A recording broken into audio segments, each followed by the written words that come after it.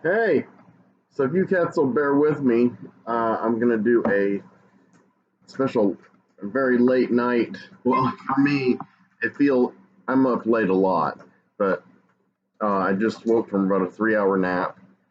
Still a little bit in dreamland. Uh, Feeling pretty good. Um, Wanted to knock out a review of one of the films that I've been watching on streaming on Shudder, courtesy of new channel patron Shelly Druckrey. Thank you, Shelly. And Kal-El is here. He's here to hang out with me. And he's gonna see. He's in the shot. He's in shot. Our filmmaking skills are rapidly developing here. These are documents I've been working on getting to certain parties so that I don't lose my house. It's a tragic thing. Let's get the grain out here. It's getting a little bit savage. All right, sorry for all the technical, stuff. Um, I'm just getting set up here. Should have done this before I started filming. I don't like that weird thing. Anyway, I was really trying to get the cat in here because y'all see him very much. Kind of an elusive character. Let me get closer here. So, and I'll probably still be tweaking this lighting as I go, but it changes. Can you see that? It changes as I go. I get a reddish hue when I'm with this one particular light. The light is on the is in the middle of a circular ceiling fan, like David Lynch. Some of my early videos were like this. They were hard to see. How's that? That's kind of red, but you can see me. No, my hair's a mess. All right, so I wanted to do a streaming review from Shudder. Okay, the movie's called BLISS, and it was made in 2019. And the author is Joe Begos. Don't know anything about him except that he previously made a movie called VFW with Stephen Lang, Fred Williamson, and George Wendt. I haven't seen it. Sounds interesting. Fred Williamson, of course, being the man, and the Hammer, and George Wendt is Norm from Cheers. And it seems like in his later career he likes playing totally against Norm. Like if Norm totally had it with his wife and his job and everything, and everyone in the bar kicked him out, told him to fuck off, and he went psycho. He went like falling down or hobo with a shotgun on everybody. I know George. Is George Wendt alive? I think he's still alive. If he's alive, that's probably gonna be the next kind of movie he does, where he finally just kills everybody and calls everybody fuckers. I'm serious. This would happen. Joe Begos will probably direct it. So anyway, he's in this movie. He's the only name in this movie that I'm familiar with. I made some notes for the first time in a while, so I'm going to try to use them. Hopefully I can make some sense out of them.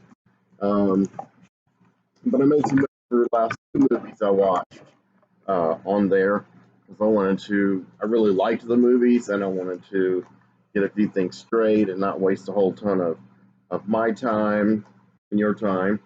So yeah,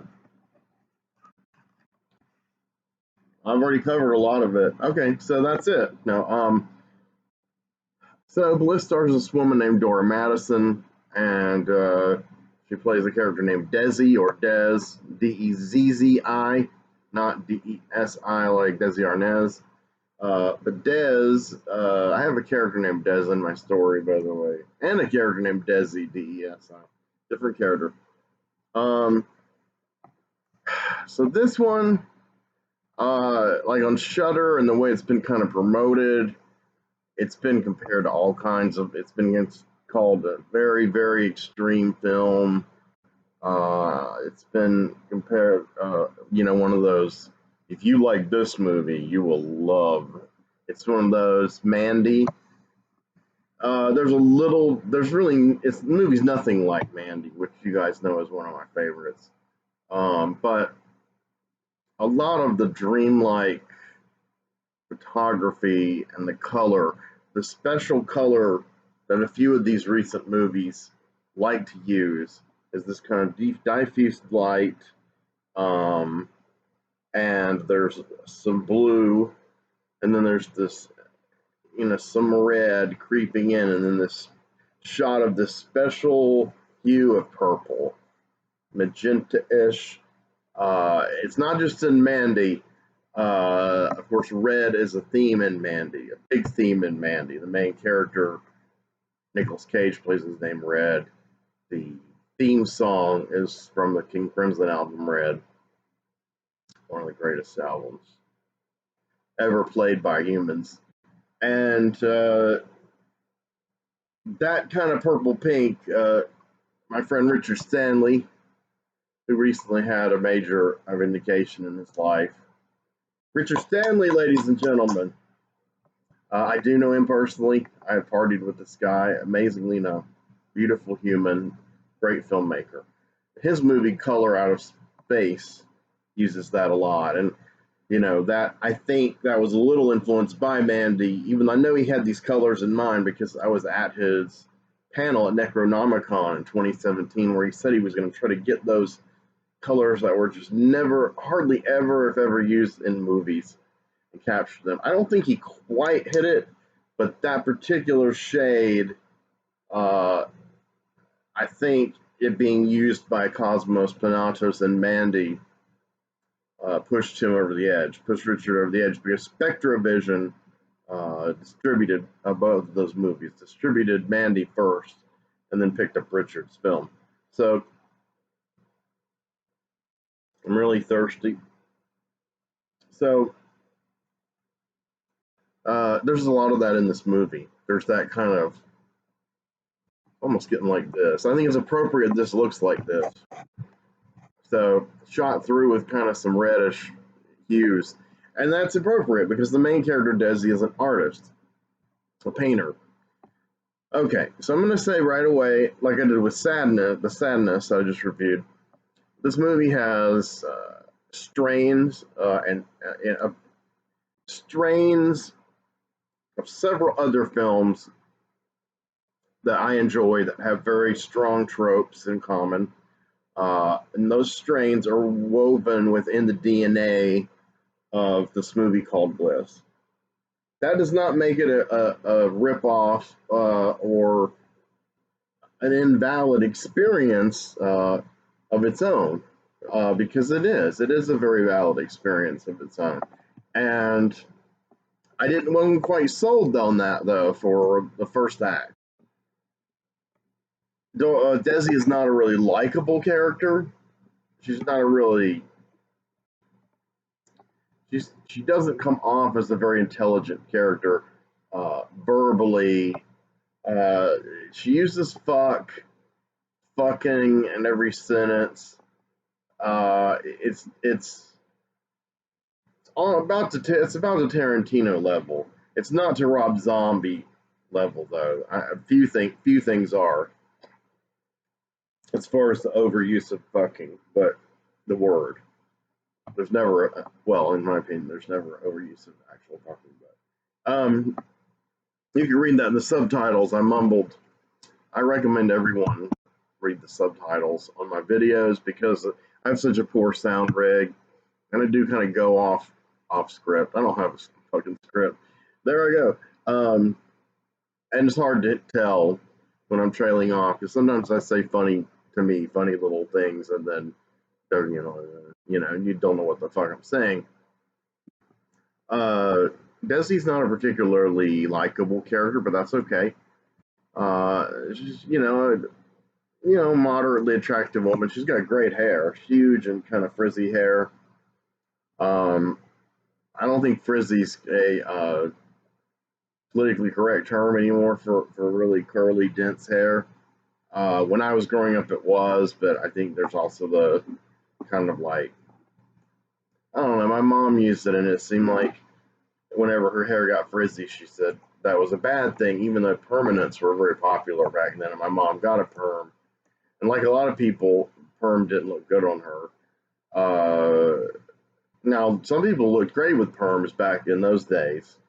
My favorite buddy, he's not my personal buddy, but Tony Geary, the great, great actor who played Luke Spencer on General Hospital, on and off for 37 years, and he won 11 Emmys for this one character. That's in the Guinness Book. He was famous for that perm, and then when he came back in the 90s, he's such a cool guy. He just shaved his head, and he just looks so cool. So, anyways, her hair is kind of frizzy and reddish. On the spectrum of red purple, red to purple. And here's the trope that we've seen a number of times, at least a few times before. She's a starving artist, struggling artist, a lot of inner demons, some of which we're privy to, most of which we aren't. It manifests in her general anger and attitude. She's groping for expression. This is the thing with a lot of artists. She's trying to get that epiphany and go into that next level. And this is heavy shit, people. This is what turned me on to the movie because, like I said, the first act is basically her kind of trolling around all her buddies trying to get drugs and trying to finish her painting. This epic. This is supposed to be like her epic that can finish and be the centerpiece of a gallery showing.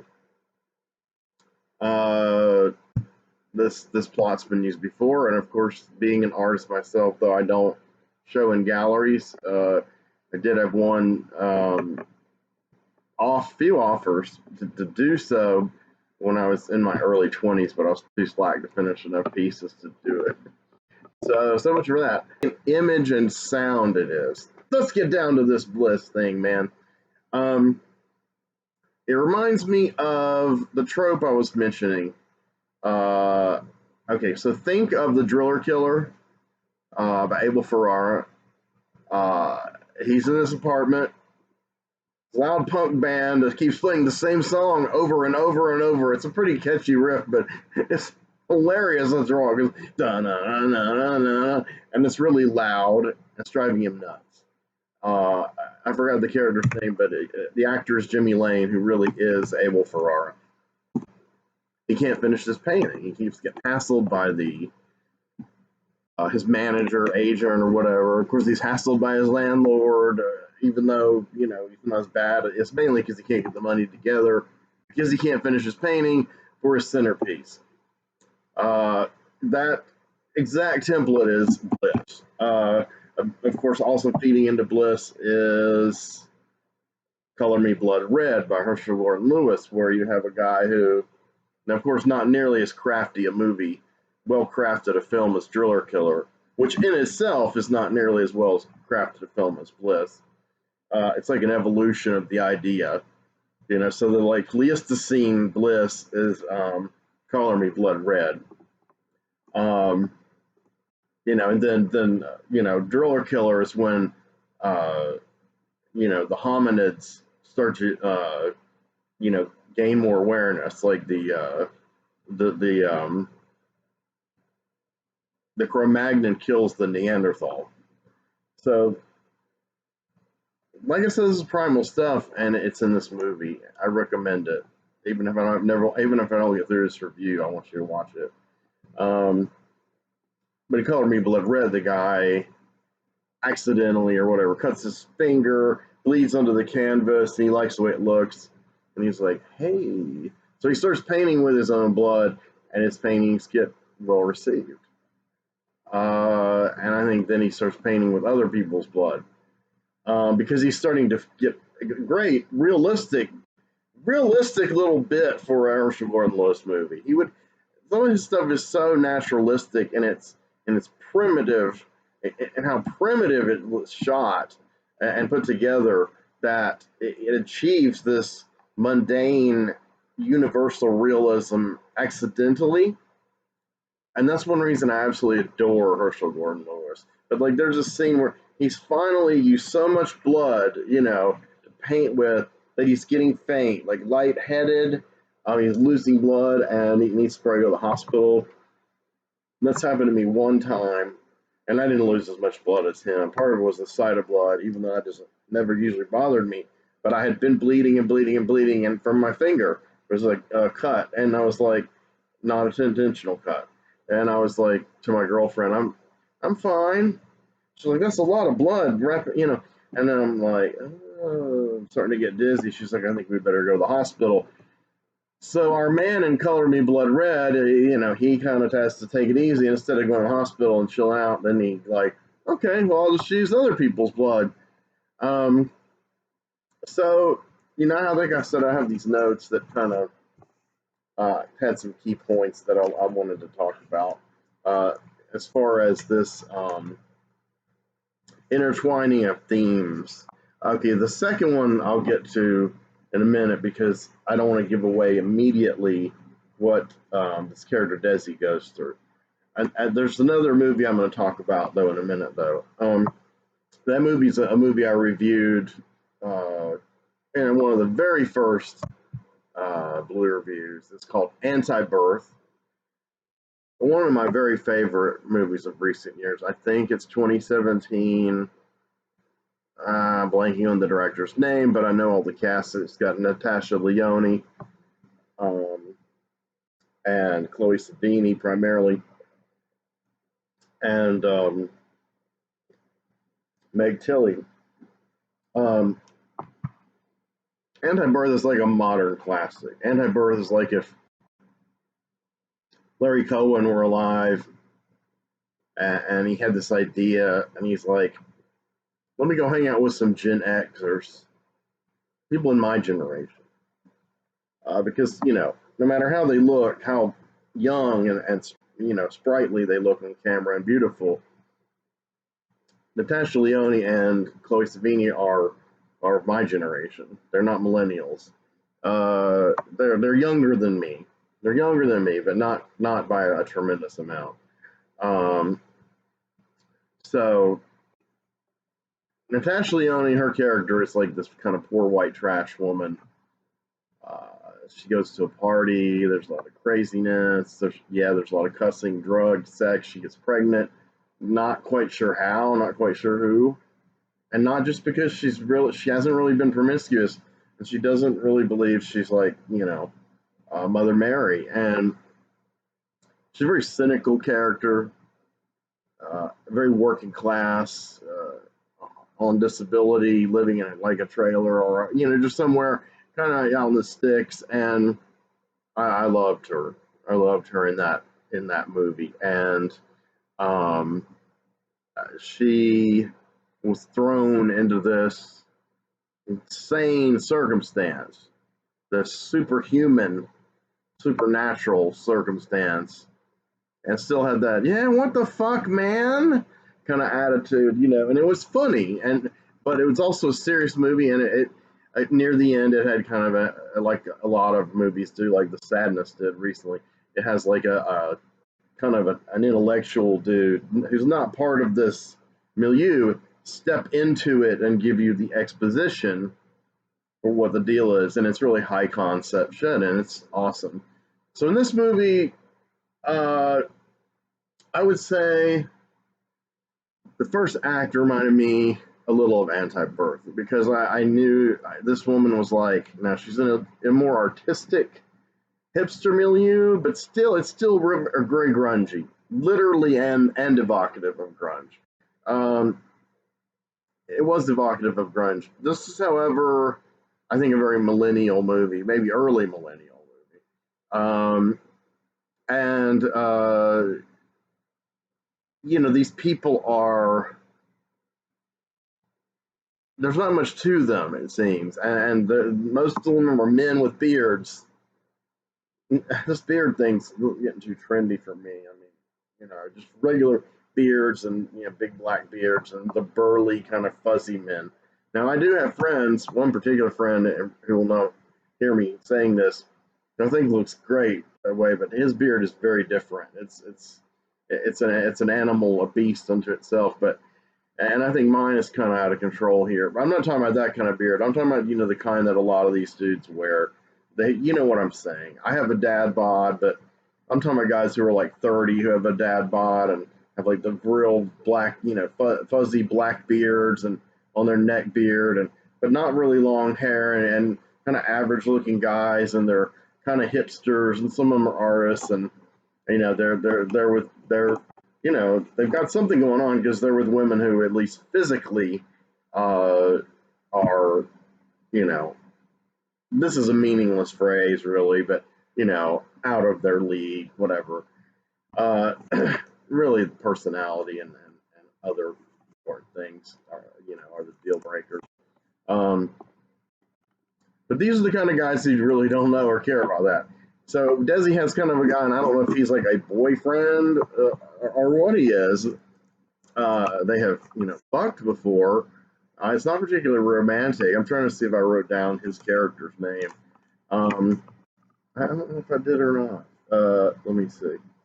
I did write some of these characters' names down.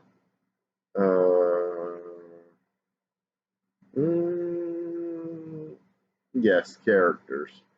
My handwriting's really sloppy though. And then she, but anyway, basically she travels through this world, partying, mainly just partying. And she's kind of maybe had a block with her painting. It's like this red kind of halo, it's like a orange, yellow kind of halo and then red around. And it's like there's something emerging coming from the ground, reaching toward that light. The visual is good. Whoever did the real painting did a good job. It sells the concept. And Des is trying to, I guess, in her mind, her heart, reach that epiphany and capture that being who is reaching for that light, that feeling of reaching for that light, like you're just there, but things are dragging you down. Like, how do you get there? What does it take to get to the light? So that's a powerful theme and metaphor, and it drives the movie heavily through Act 2, because Act 1, and this is again kind of like in Anti-Birth, where she's at this party and she takes some drug and she doesn't know what it is and blacks out and all the crazy stuff happens. So this is kind of similar. She has this buddy and he's got like this whole, menagerie, is that the right word?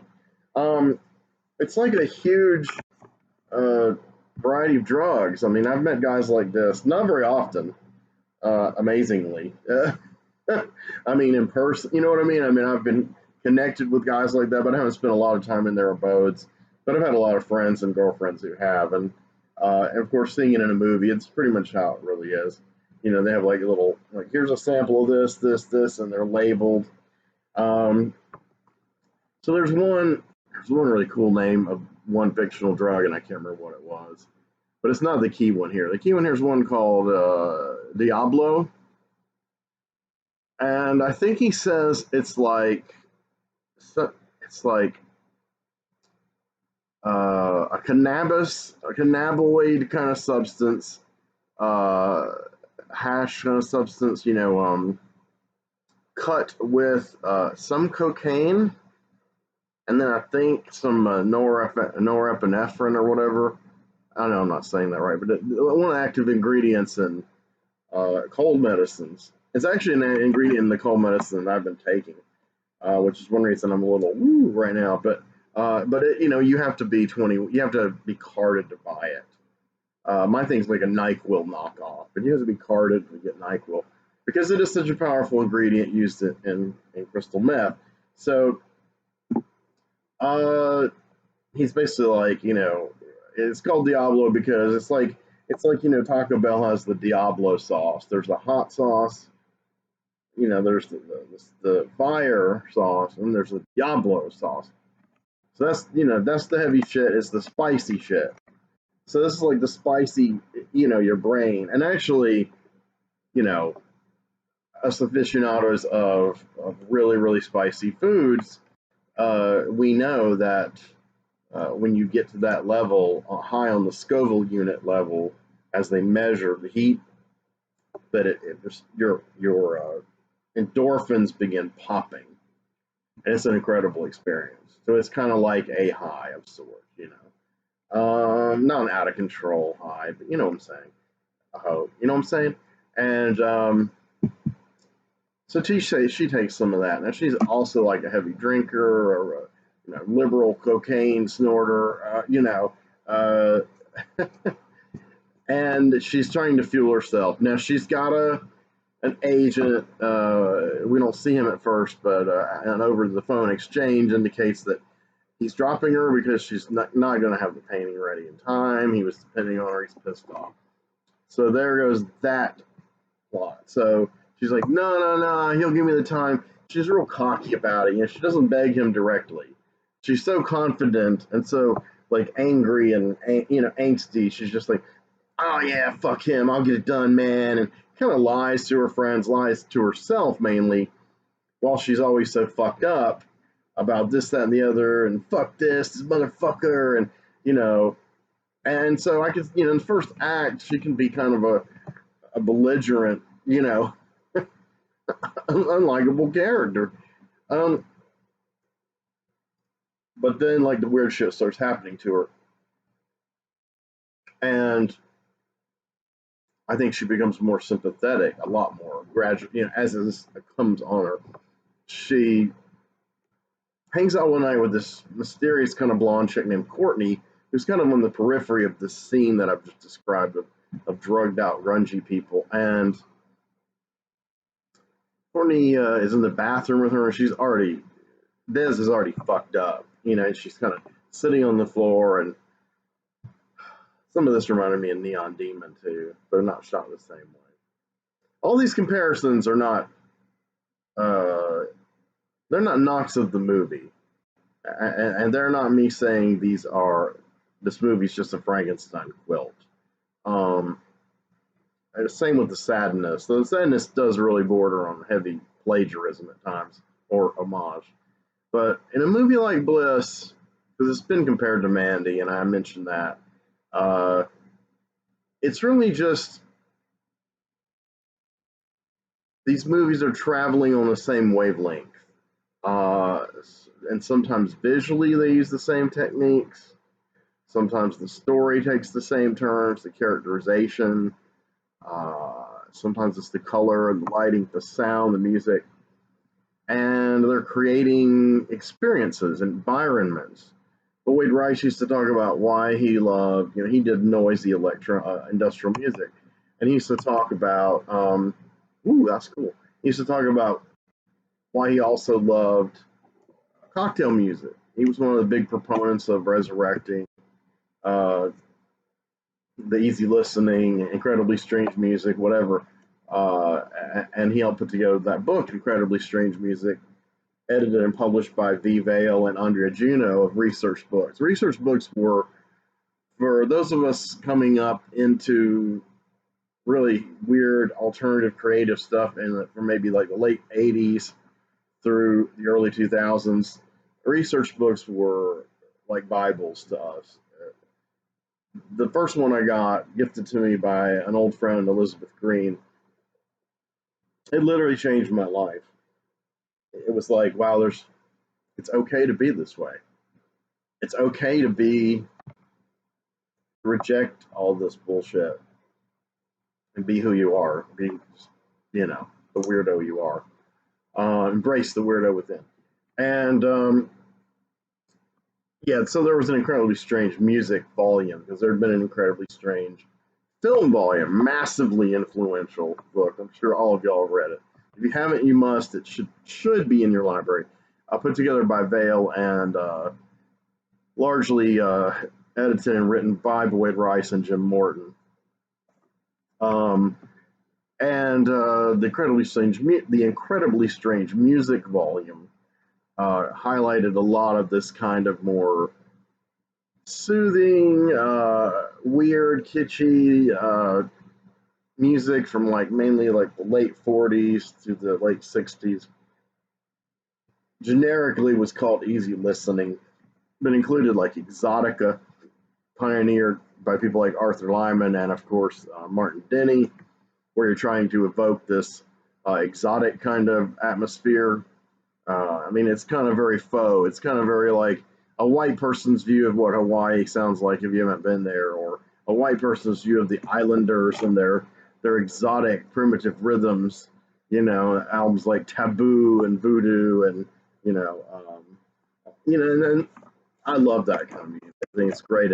And Boyd Rice described how after growing up with rock music and the constant blare and noise, that music was soothing, and he was also influenced by Anton LaVey, who was Church of Satan leader and founder, and he used to play the organ, uh, and and of course Boyd Rice was one of the ruling council of the Church of Satan, and I met Boyd Rice one time, just one time, and they that's the irony. It's irony to people who aren't on that circuit. Like to the average American, it's irony. It's like, oh, they're in all this evil stuff and they wear all black. They should be, listening to pounding, throbbing shit all the time because that's what's popular now. That's seeped into the consciousness. Some of that's in this movie, that Bliss, that I'm attempting to eventually review. And so Boyd Rice's contention was that, well, I'm going to go the other direction. I'm going to withdraw from that and create an environment. He was about creating environments, creating atmosphere, and his hyper idealized view of the 1950 male who was cultured and read Playboy and had disposable income and a hi-fi stereo could listen to this shit and have cocktails, and I guess presumably then get laid. Now, of course, that's an American. I'm not even going to call it an American dream. That was an American fantasy.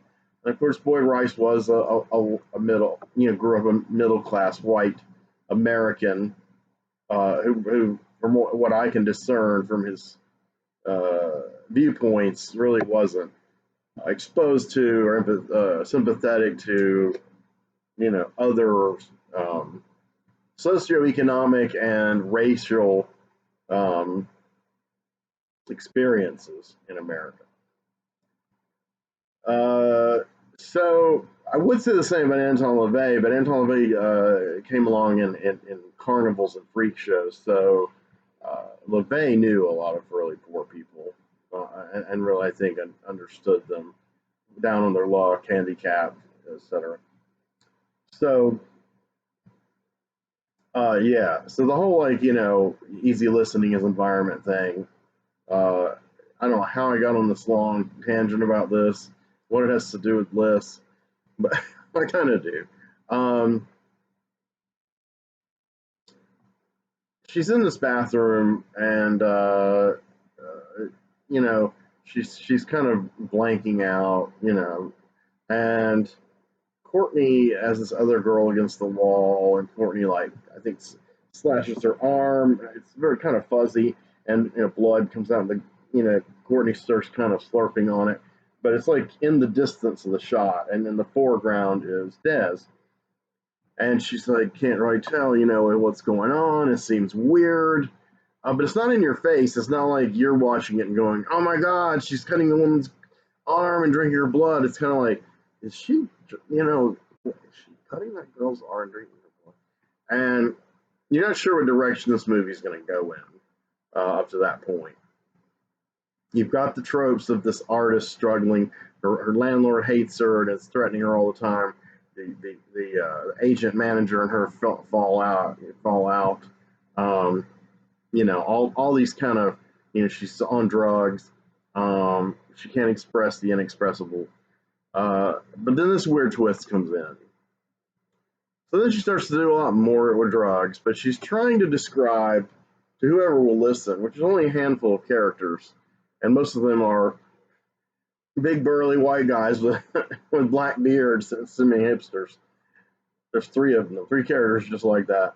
And I don't think that's laziness on the part of the writing or casting. I think it is deliberate depiction of her milieu, and it's an accurate depiction of a lot of milieu. What would plural of milieu be in French? Milieu, milieu. Um, it's accurate. So go on Facebook. You'll see what I'm saying. Check out the pictures. So no one gets it. You know, these aren't again. These are people in a different. They may think they're like hip and intellectual because of the way they dress, or the tattoos, or the crazy wild music they listen to, or the wild art they're into. But you know, they're not particularly intellectual either. They're not really any different than the they're really not that different than the people in Anti-Birth. The people in Anti-Birth, the difference is the people in Anti-Birth, they do glorify the drug lifestyle and have that kind of cool, mean edge to them.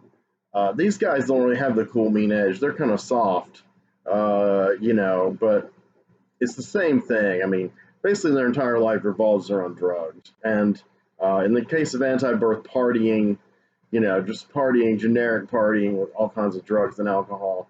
In this movie, the same thing, but a little more kind of on the edge, just out of control in this kind of loud, blaring, heavy music kind of, this is the petri dish in which an artist shall be born, or as the incredible title that Robert E. Howard had for Conan's story. He always had great titles. A Witch Shall Be Born. It's one of my favorite titles of all time.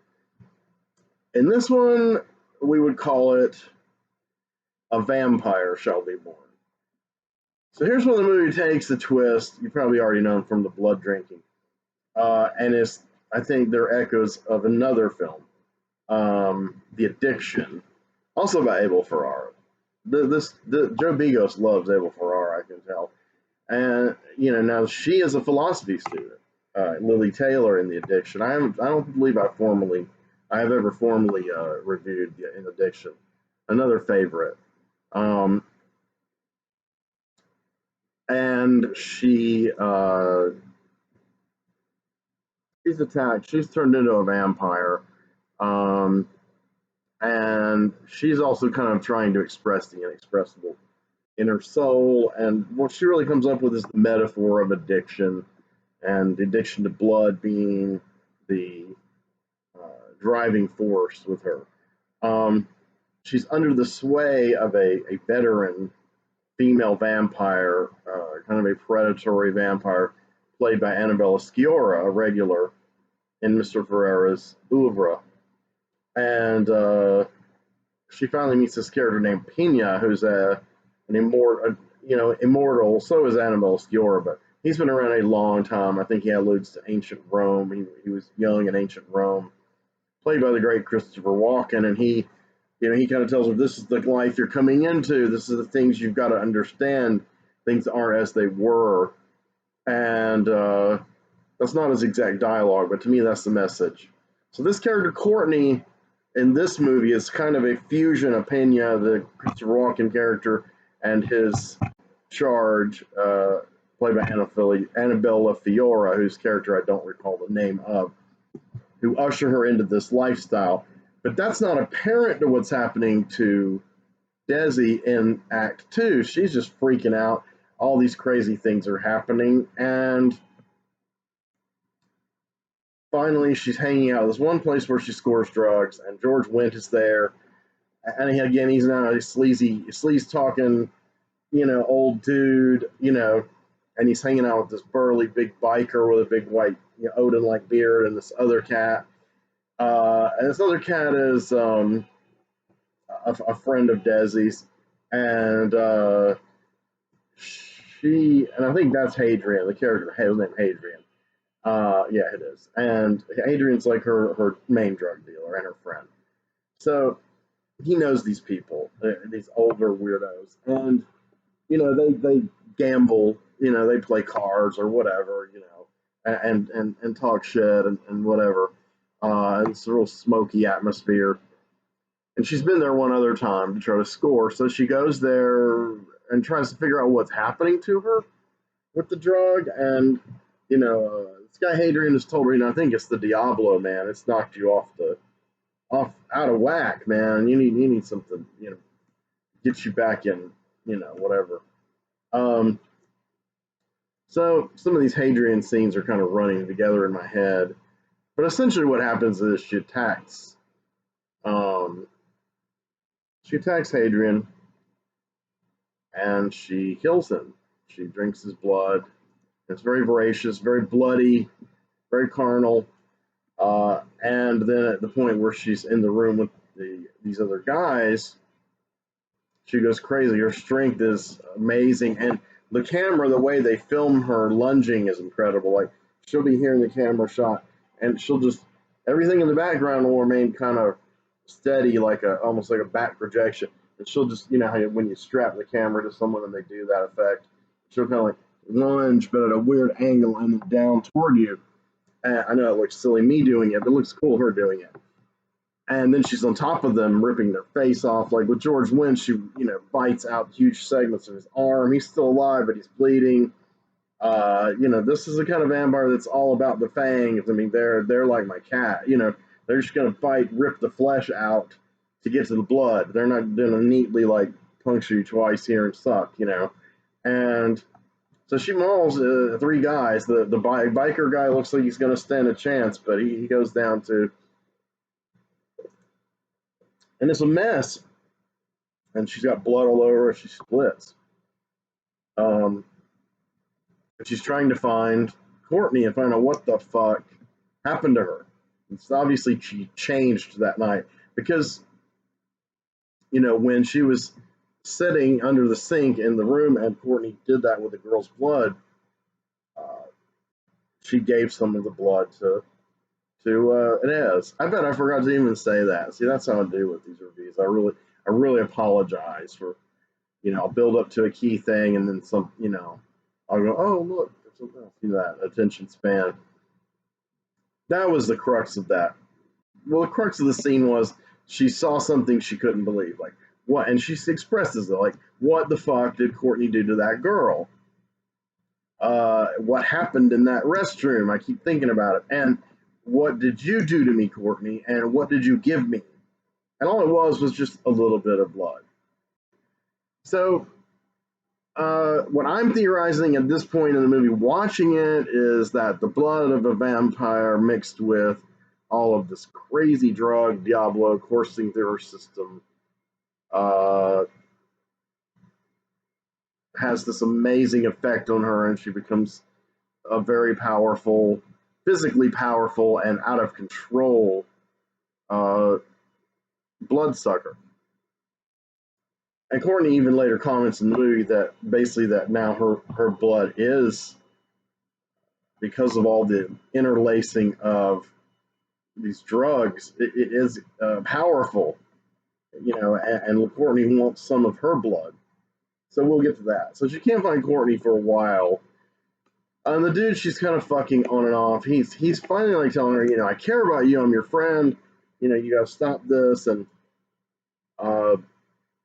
it's pretty heavy, she jumps on him, and then I think she chops his foot or his leg with something. She grabs and he falls down. Oh no, she grabs his Achilles tendon. I've had Achilles tendonitis on his left foot and just rends it. So he can't walk now, and he falls over. And she gets on top of him, and he's like, "What are you doing? What are you doing?" And she's all, and it's so silly. And she, lunges for his neck, of course, the blood.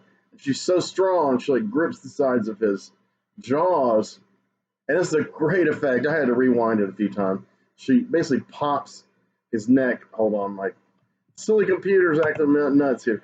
She pops his neck open. Kind of like those old Pez things. Had the head of a character and it had like the candy inside, and you pop the head out and get the candy. That's what she does. She pops the head off and gets the candy. So like pops his head off, so his head's like going this way, and it's open, and she's just all in there in the neck with the blood. My lighting's getting weird. I really apologize. I don't know what's going on. I guess a little better. But appropriate for the review. And yeah, it's a wild effect. I had to look at it a few times. So she finally finds the elusive Courtney, and here's where you start to realize kind of the nature of what's happening to her. Now, I want to stress that throughout of all this, she keeps blacking out, like, you know, and she's doing the paintings. She's still doing the painting, and now the painting is emerging that it's like a woman who is, yes, like kind of urine. She's not looking up, but she's kind of looking out, and she's, you know, again, she's reaching toward the light, but she's being dragged down, and what it is by all these bodies. She's defined this kind of thing clinging to her as all these bodies, and when you get into the close-ups, they are people, dead people, basically pulling her. They don't look like corpses or zombies, but they're dead. And why do we know they're dead? Because on several of them, she's painted the faces of the people she's killed and vampirized. Well, I guess some of them are vampirized. And yes, so her painting is taking shape, and this is kind of, I see it as a metaphor as artists in general and somebody at the bottom like that, and you have to step on whoever you can to get to the top of the pile.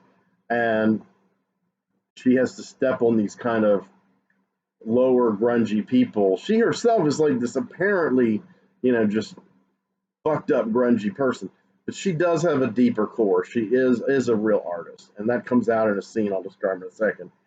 And so these kind of people have been pulling her down in her life, and it's true, they have been, and she's rising above that towards that epiphany.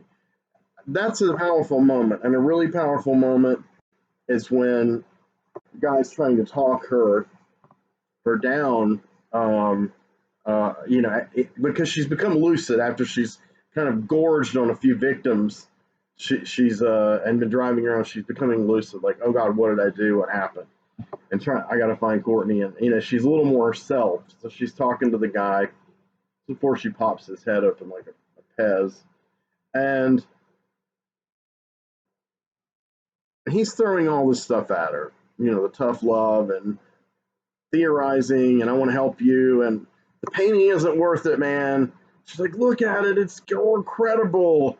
At least that's come out of it. And he's like, it's not worth your fucking life. And then she says, you will never know what it is like to create something. And I would rather fucking die than doing nothing. And he goes on basically to say, hanging out with you and the likes of you, drinking, fucking. This is my destiny. She doesn't say that, but that's a very powerful moment. I found a screenshot of it, and I posted the quote. I put it on my Facebook. And then the actress was kind of like, I thought, on the fence before that, but also her character was on the fence, like the depth of her character and the verisimilitude of the delivery. But she nailed it then. From then on, I was like, I'm on the side of this character. This movie's got a lot more depth. It doesn't just have some interesting visual things feeding into it and tropes from other movies. There is a soul in there, and it's struggling to get out, and that's the whole theme. But she has to, suck others' blood to get there. So she confronts Courtney, and again, you have the whole. This kind of reminds me of Neon Demon, where the girl has to,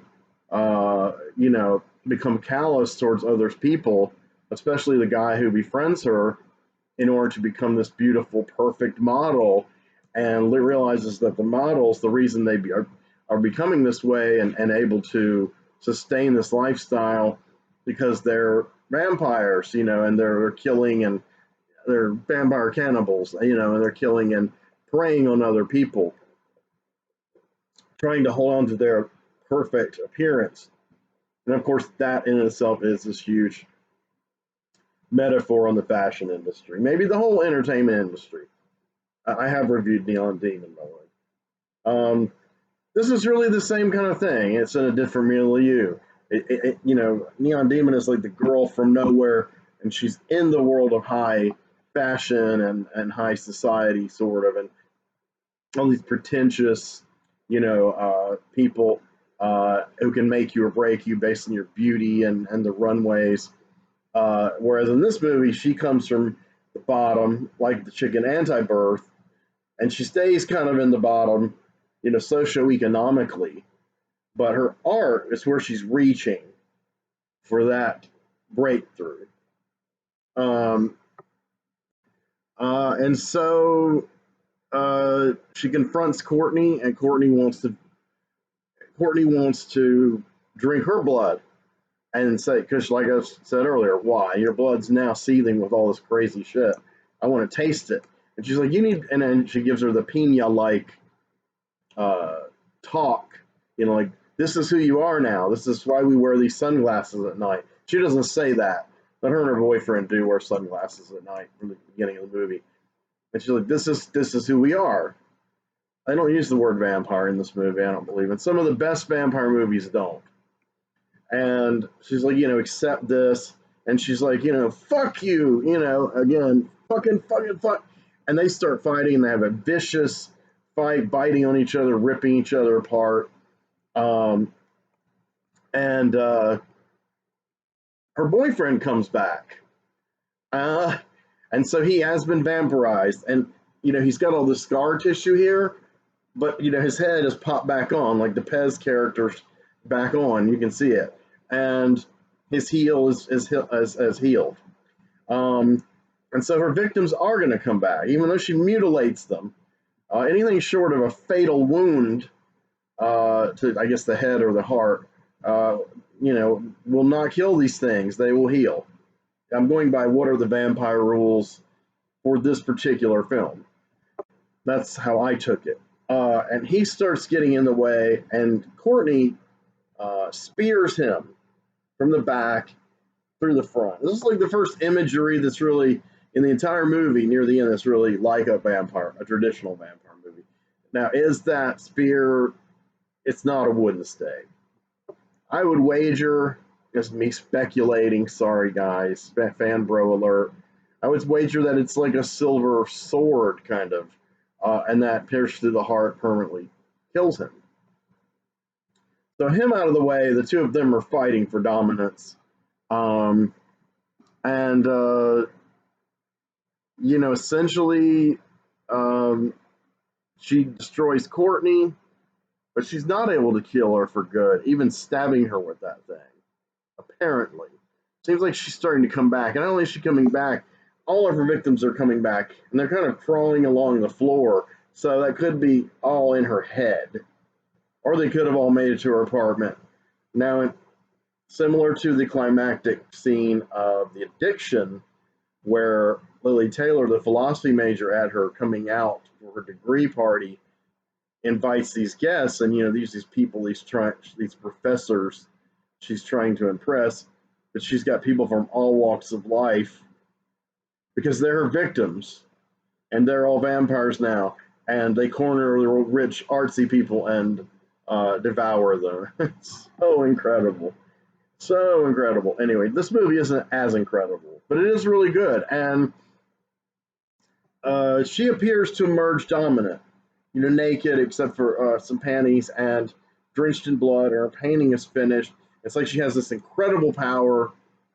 But Courtney kind of starts to stir back to life and drag her down. And I feel like the ending's kind of ambiguous as far as, so what are the rules of these vampires? Or is Courtney, you know, like an alpha vampire? She can survive the staking. All conjecture the audience, you know, is free to do. And the important thing is as she's dragged back down, there's blood everywhere, and the whole scenes are shot and suffused with this diffuse lighting, kind of Fulci-esque, this kind of blue saturation of fog that reminds you of 80s Hong Kong horror and action movies, and that incredible elusive purple shot through from Mandy and Color Out of Space. So I hope my weird hand gestures are helping you with this. So, but it's all there, and that's what makes the sound is good. It's not really music per se, you know, it's atmospheric, and uh, that look and feeling and her body language, you know, as she walks toward the painting with her back turned to us and she's mostly naked, and then she stands with the blood on her, and then, you know, she's being pulled back down herself. But then you finally clearly see the painting, which was reminiscent of another scene in another great movie, the ending credit of Candyman, where you see the incredible painting that's at the crux of the plot of Candyman.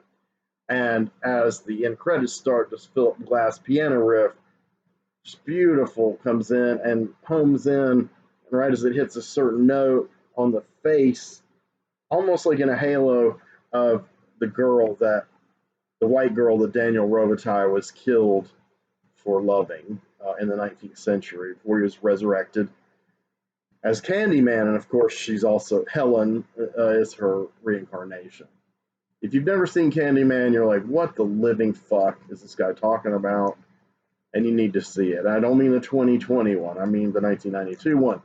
I have reviewed that too on this channel. All these plugs, man.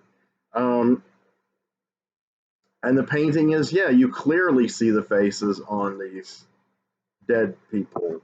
Dead, but still grasping her. And you clearly see her above it, kind of naked from the torso, you know, upper torso here, and you see her eyes, and it starts to close up in her eyes, and they're bright, and you can't tell if they're evil, like she's been taken over by this lust, this addiction's power, like Courtney was, or has she transcended something?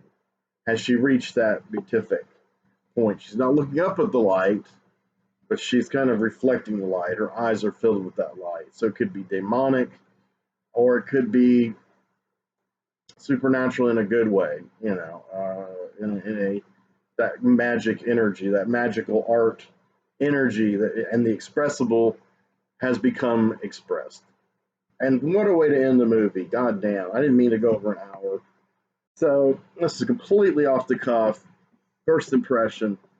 I don't know if I nailed it, but it felt right while I was doing it. I wanted to cover all the bases. A movie like at this level of how much I actually like it, I usually wouldn't talk this long about it, but it had so many, like I said, cinematic strands in its DNA, and it had so much to say, I think, that sometimes it's said very clumsily, sometimes it's said in ways we've seen before. But ultimately, it's what is said, and the fact that it's said ultimately the image, because it's his film, is in your mind, and it's communicated to you.